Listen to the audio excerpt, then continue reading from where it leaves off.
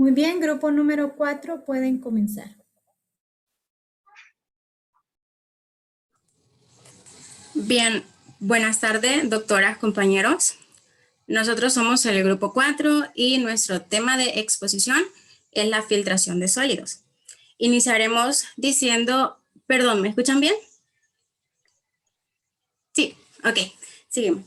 Iniciaremos diciendo que es una operación unitaria en donde nuestro fin principal es extraer la mayor cantidad de sólidos suspendidos de un líquido, teniendo como resultado un líquido mucho más limpio, mucho más filtrado, en la cual nosotros tenemos como fin formar una capa o una película a la cual nosotros le vamos a llamar torta de filtrado, la cual va a servir como un adherente a estos sólidos, los cuales van a formar,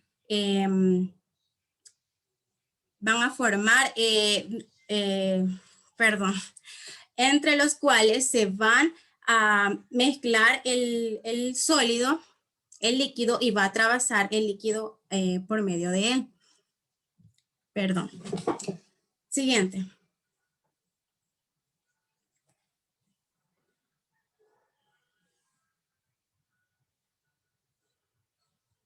Ok, para nosotros poder filtrar necesitamos un sistema de filtrado en donde necesitamos dos cosas. El líquido el cual nosotros deseamos filtrar, este lógicamente tendrá que ser un líquido el cual tendrá sólidos que nosotros deseemos extraer y el cual nosotros deseamos purificar.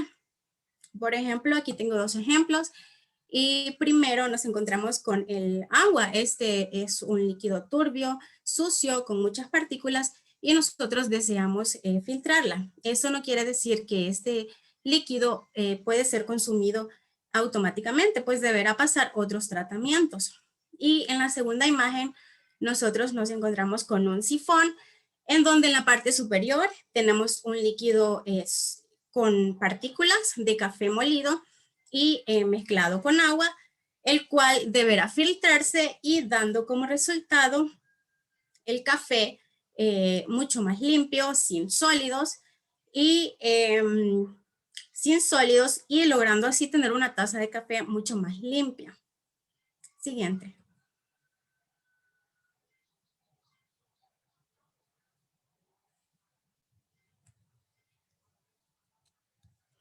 Ok, el material filtrante es lo que nosotros vamos a utilizar para poder realizar esta operación unitaria. Nosotros vamos a tener en cuenta primero qué tipo de material nosotros deseamos utilizar para realizar esta operación. Estos filtros pueden ser de celulosa, de tejidos como textiles. Ahí podemos poner de ejemplo las bolsas de colar café, los nylons, los tejidos también granulares, materiales como grava, arena, carbón activado o tierras de variada procedencia. Nosotros, al momento de realizar esta operación unitaria, nosotros debemos de tener en cuenta el líquido el cual nosotros vamos a filtrar. Debemos de tener en cuenta muchos factores importantes, como elegir la forma adecuada del medio filtrante, también la capacidad de predecir los resultados con exactitud al variar las condiciones de trabajo de un filtro o de un funcionamiento. Nosotros aquí debemos de tomar en cuenta los cambios que puede tener el material o el líquido que nosotros debamos filtrar, los cambios de temperatura, entre otros factores importantes. Yo aquí les puse de ejemplo dos filtros de agua. Vemos que el primero es un filtro casero y que básicamente cumplen con el mismo procedimiento. Agregar los materiales, que en este caso vemos que son primero el agua, que es el líquido que nosotros debemos filtrar, las piedras, y están ordenados como de tamaño de mayor a menor.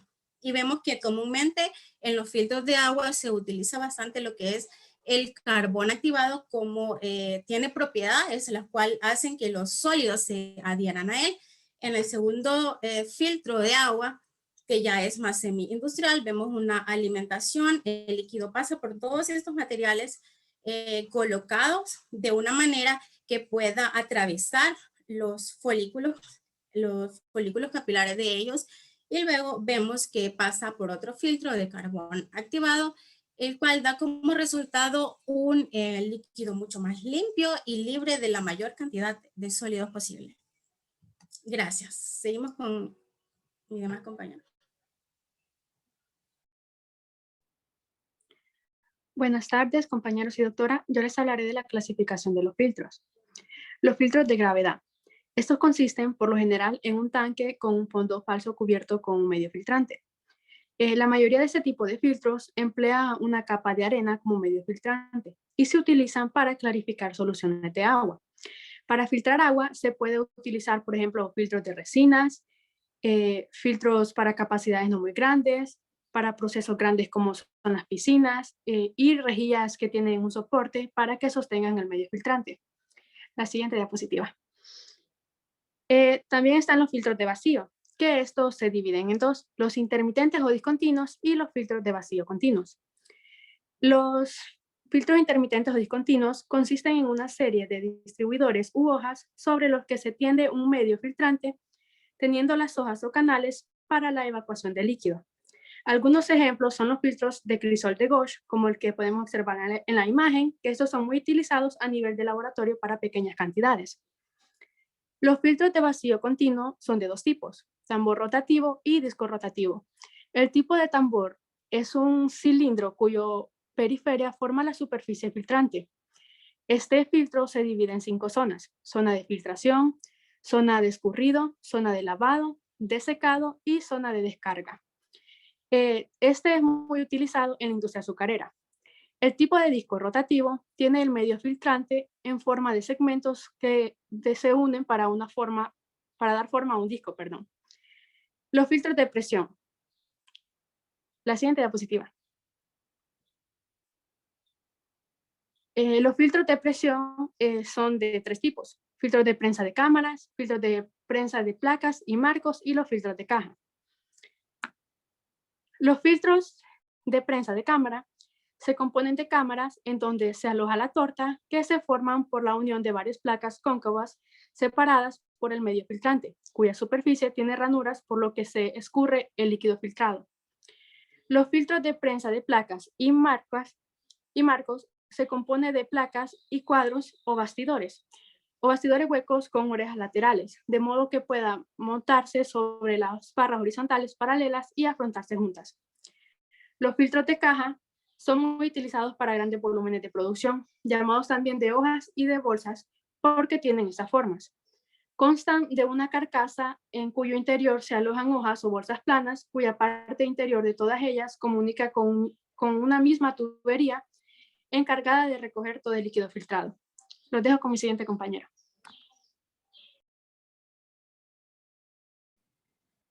Bien, buenas tardes, compañeros. Doctora, a mí me tocó hablarles un poquito sobre lo que es los coadyuvantes de filtración. Los coadyuvantes de filtración son sustancias que nos ayudan en el proceso de filtración. Esto lo podemos utilizar en aquellos sólidos que son suspendidos, que forman tortas de carácter gelatinoso y coloidal. De una manera general, estas tortas son las que son sensibles y de las cuales su permeabilidad disminuyen al aumentar la presión, por lo que su filtración se vuelve un tanto difícil. Dentro de las tortas tenemos 2 tipos de tortas, de las cuales son comprensibles y de las cuales son incomprensibles. Entonces más adelante más o menos le hablaremos un poquito de eso. Como por ejemplo, también nos podemos poner un ejemplo de una torta comprensible, podemos hacer una pulpa de frutas.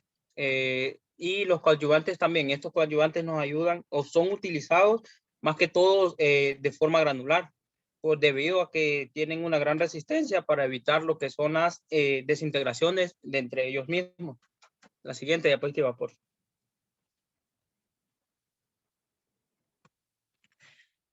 Dentro de los casos particulares en lo que lo podemos utilizar los coadyuvantes son cuando tenemos un dicho proceso y pasa el tiempo del proceso y la torta que se va formando no permite el paso de infiltrados. A esta torta se le conoce como torta sensible a la presión o tortas compresibles. que es lo que les decía anteriormente, que aquí podemos encontrar las pulpas de las frutas, las mayonesas y las salsas. Dentro de estas también, lo que nos ayudan esto es a poder mejorar esto, porque cuando recuerden que el proceso de un filtrado tiene que ser de manera constante, no tiene que haber ningún impedimento. En el momento de que no estemos utilizando ningún coadyuvante o algo que nos ayude a facilitar el proceso de filtración, entonces nosotros tendríamos que estar parando dicho proceso para estar limpiando los filtros y volver a iniciar el proceso. Entonces eso implicaría que tendríamos varios factores que nos podrían perjudicar en el proceso de filtración. Para las sustancias de forma gelatinosa, el coadyuvante será un sólido que ayude a la filtración. Dice. Estos coadyuvantes tienen que tener una gran resistencia mecánica, ya que poseen una gran energía superficial y que por desintegración se ha llegado a un tamaño de partículas conocidas. Esto quiere decir que cada coadyuvante nos va a ayudar a mejorar o a esparcir de una manera más uniforme nuestro material a filtrar. También podemos mencionar que estos coadyuvantes son depositados en la torta y ya como les dije anteriormente, debido a la gran energía superficial que poseen, estos no se van a dispersar tan fácilmente ni se van a desintegrar. La siguiente, por favor. Dentro de los tipos de coadyuvantes más utilizados dentro de la industria, tenemos las tierras diatomeas, el mármol molido, tenemos el cuarzo molido, el sílice, tenemos el CaCO3, que es el carbonato de calcio, el bagazo azucarero y el carbón activado. Como el carbón activado más o menos se lo explicó mi compañera al inicio. Dentro de las tierras diatomeas, lo utilizamos más que todo para eliminación de sólidos suspendidos, pero más que todo en los líquidos. Y las principales industrias en que lo utilizan son la industria química y la industria farmacéutica. Dentro del mármol molido, dentro del cuarzo, dentro del sílice y dentro del carbonato de calcio, hasta el sílice lo podemos utilizar en las aguas para filtración de aguas residuales y todo, ellas sirven bastante para los tratamientos. Y dentro de lo que es el carbonato de calcio también lo podemos utilizar para la clarificación de lo que es del aceite de oliva. Dentro del bagazo azucarero lo utilizamos bastante dentro de las mismas industrias azucareras. Este es utilizado en los filtros rotatorios debido a su capacidad de absorción. Entonces nos ayuda un poco a mejorar lo que es las aguas residuales de esta misma.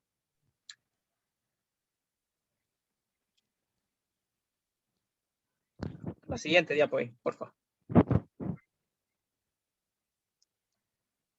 Dentro de las formas de la utilización de los coadyuvantes, le añadimos a un líquido turbio a una cierta cantidad de coadyuvante para que se dispersa mientras va pasando por el filtro. Un líquido turbio es lo que les explicaba mi compañera al inicio, de que el agua es de una manera que tengan un líquido bastante concentrado en alguna parte. Entonces estos coadyuvantes nos van a ayudar tanto para que todas las partículas que estén dispersas se junten y en el momento de filtración sea un poquito más rápido y sea de una mejor manera.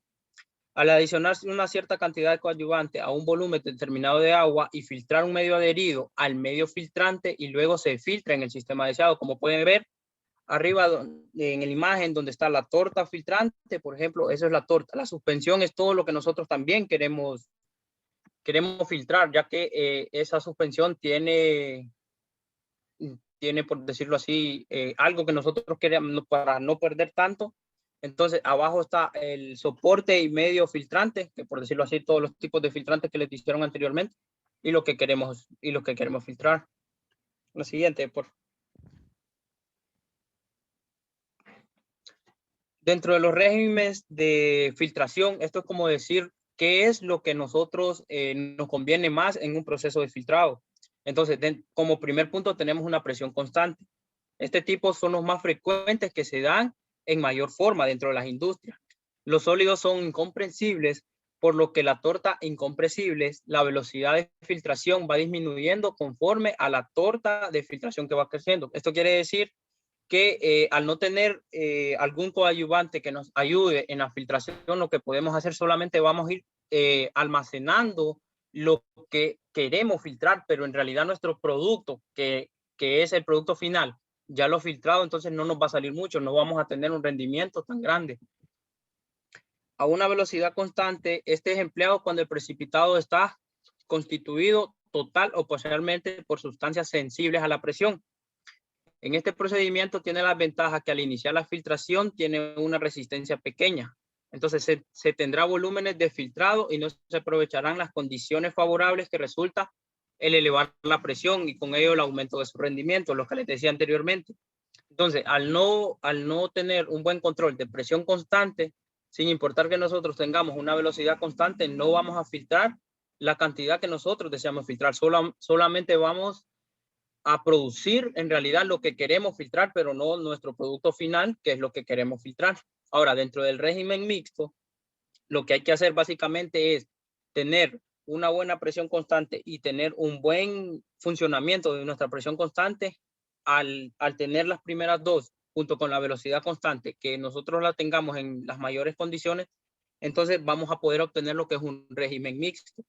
Este entra en la operación al proceso final de la presión constante, en el cual consiste aprovechar las ventajas de las dos anteriores, que el proceso de filtración atiende a la velocidad de tal forma que la presión adecuada para ver la velocidad de filtración sea la máxima velocidad de filtración en todo el proceso. Entonces, al poder controlar las primeras dos variables, el régimen mixto básicamente solo va a hacer que nosotros podamos, que tanto la cantidad que nosotros produzcamos para poder filtrar sea de máximo rendimiento el producto que nosotros deseamos filtrar, o sea, el producto final.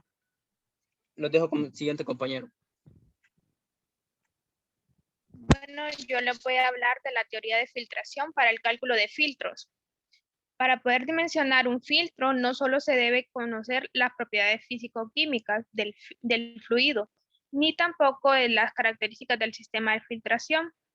Obligadamente deberán pasar por una etapa experimental en la cual se tendrá a la información necesaria para crear un modelo que nos pueda ayudar a calcular su parámetro. El procedimiento del cálculo es teórico experimental. Lo que nos interesa es conocer la cinética de la filtración, como poder predecir después de un cierto tiempo el filtrado de un volumen determinado. Para poder dimensionar un filtro es necesario disponer de datos como volumen y el tiempo de filtración a una presión determinada. Para esto se debe realizar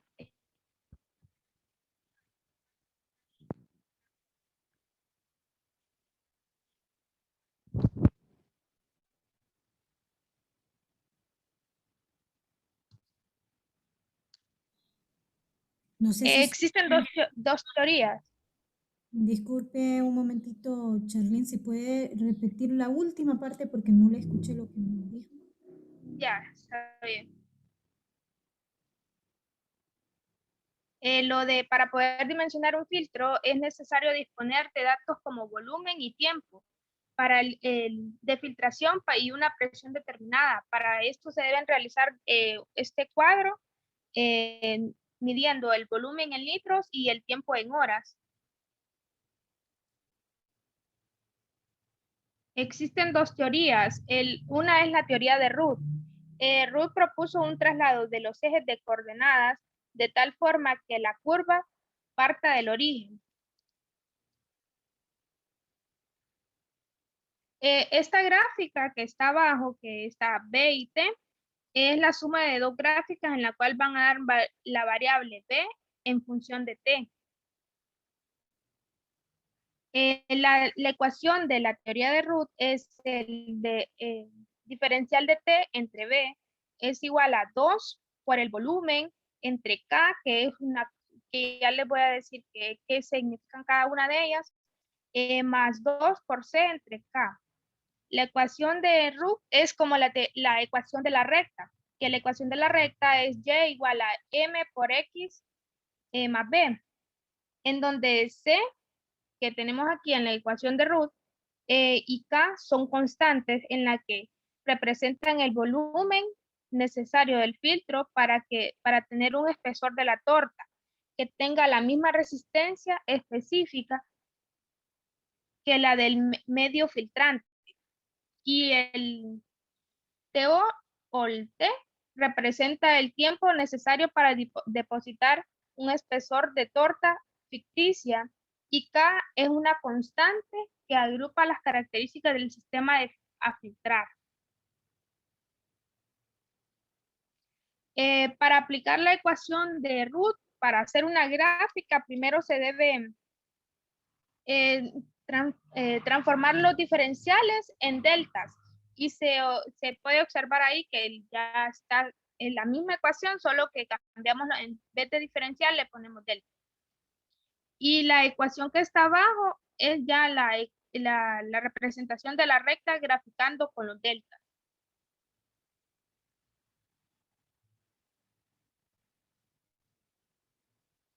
La siguiente teoría es la teoría de von Karman. La teoría de von Karman solo se cumple si se realiza con una condición de continuidad y el de atravesar la torta con régimen laminar. En este caso se puede afirmar que, según Frauner, la velocidad de filtración está determinada por el cociente entre la intensidad que provoca la filtración y la resistencia que ofrece el flujo. La expresión se podría ayuda a dar flujo fluido, y la resistencia impide que el paso del flujo. La ecuación de la teoría de Van es el diferencial de B entre el diferencial de T es igual a la P entre K, que B es el volumen y T es el tiempo. P es la presión de filtración. Y también tenemos resistencia a la filtración. La resistencia a la filtración es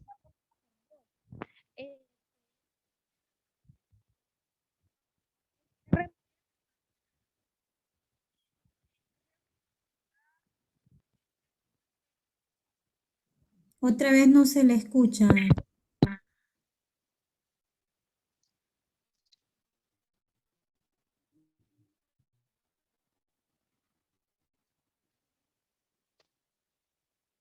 ¿Ahora? ¿Me escuchan? Sí, Repito la ecuación. sí, a partir de la... La ecuación de la teoría es diferencial de B entre diferencial de T igual a P entre K. B es volumen y T es tiempo.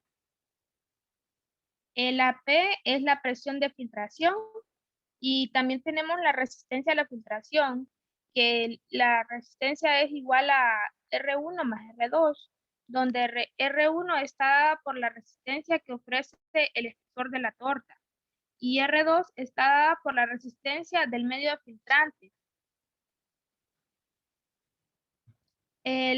A mayor cantidad de filtrados que se tenga, la velocidad de filtración será menor. Bueno, los dejo con mi siguiente compañero. Yo les voy a hablar un poco sobre el porcentaje óptimo de coagulantes de filtración. Bueno, para calcular el porcentaje óptimo de coagulante se debe adicionar a un sistema de filtración. Hay que realizar un gráfico de la resistencia específica de la torta en función del porcentaje de coagulante que se adiciona, como aquí podrán ver en la imagen de la presentación. La curva construida de esta manera tendrá un mínimo, el cual será la cantidad de coagulante que hay que adicionar para la operación de filtración. La siguiente diapositiva.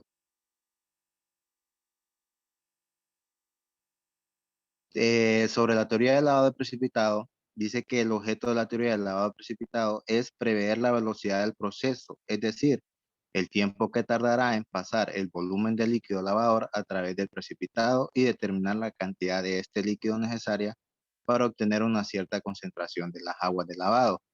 Para poder conocer estos extremos, es necesario tener idea del mecanismo por el cual se va a realizar el lavado.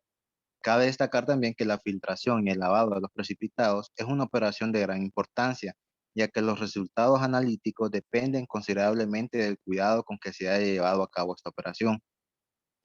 Sobre los mecanismos de lavado, si el lavado se efectúa desmenuzando o desintegrando la torta de filtración o mezclándola con agua y filtrándola nuevamente, la velocidad de filtración puede enjuiciarse tal como hemos visto anteriormente.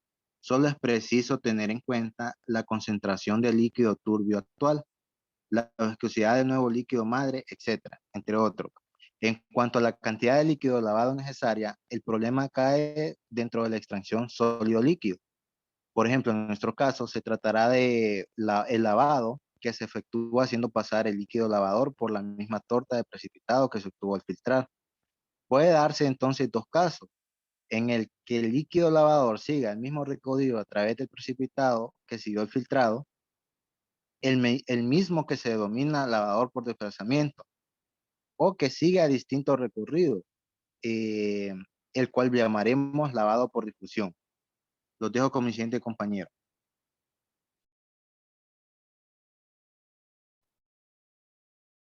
Bueno, yo voy a seguir con el resto de la exposición. El lavado por desplazamiento dice que en este proceso el líquido lavador empuja al líquido madre retenido por la torta y lo desplaza de una manera casi cuantitativa. O sea que las concentraciones del líquido que va saliendo del filtro desde que comienza el lavado son constantes e iguales a las del filtrado, justamente hasta que todo el líquido madre retenido por la torta ha sido desplazado. En este momento la concentración del líquido lavador efluente pasa bruscamente a cero, como se indica en esta figura. En el lavado por difusión, en este caso, el recorrido del líquido lavador es distinto a la trayectoria del líquido madre, por lo que la sustancia disuelta en el líquido madre retenido por la torta ha de incorporarse a la corriente del líquido lavador por un proceso de difusión lento siempre. Bueno, en este caso se necesitará un mayor volumen de líquido lavador que en el caso anterior para hacer bajar la concentración en el líquido de lavado hasta el mismo punto, así como se muestra en esta figura. En este caso también de lavado en los filtros de prensa, teóricamente, aunque en la realidad las cosas son ligeramente distintas, hay un primer momento en que se dan los dos mecanismos, pero luego predominará la del lavado por difusión. Siguiente diapositiva. Con respecto al tiempo de lavado, si admitimos que las constantes de filtración alfa y beta en la ecuación de Karman, C y T0 en la de Root, son las mismas al final del proceso de filtración y en el lavado. La velocidad de este último proceso estarán dadas según el criterio de Root o el de Karman. En ambos casos, las constantes de filtración que han de emplearse son las correspondientes al final del periodo de filtración, es decir, cuando ya está formada toda la torta que va a subsistir en el periodo de lavado. Bueno, con las salvedades indicadas, esto se aplica al lavado en filtros rotatorios y de caja, donde hay, como se ha dicho, coincidencia de los recorridos efectuados por el líquido filtrado y el de lavado.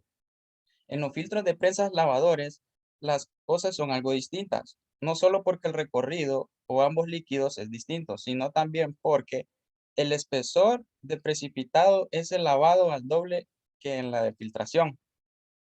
La superficie de filtración es la mitad, por lo tanto, la velocidad de lavado será 4 veces más pequeña que la de filtración en el momento de acabar de pasar el líquido turbio.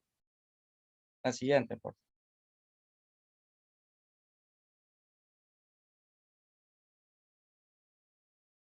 La cantidad de líquido lavador dice que también para esto son distintas las cosas cuando el lavado se efectúa por desplazamiento que cuando tiene lugar por difusión.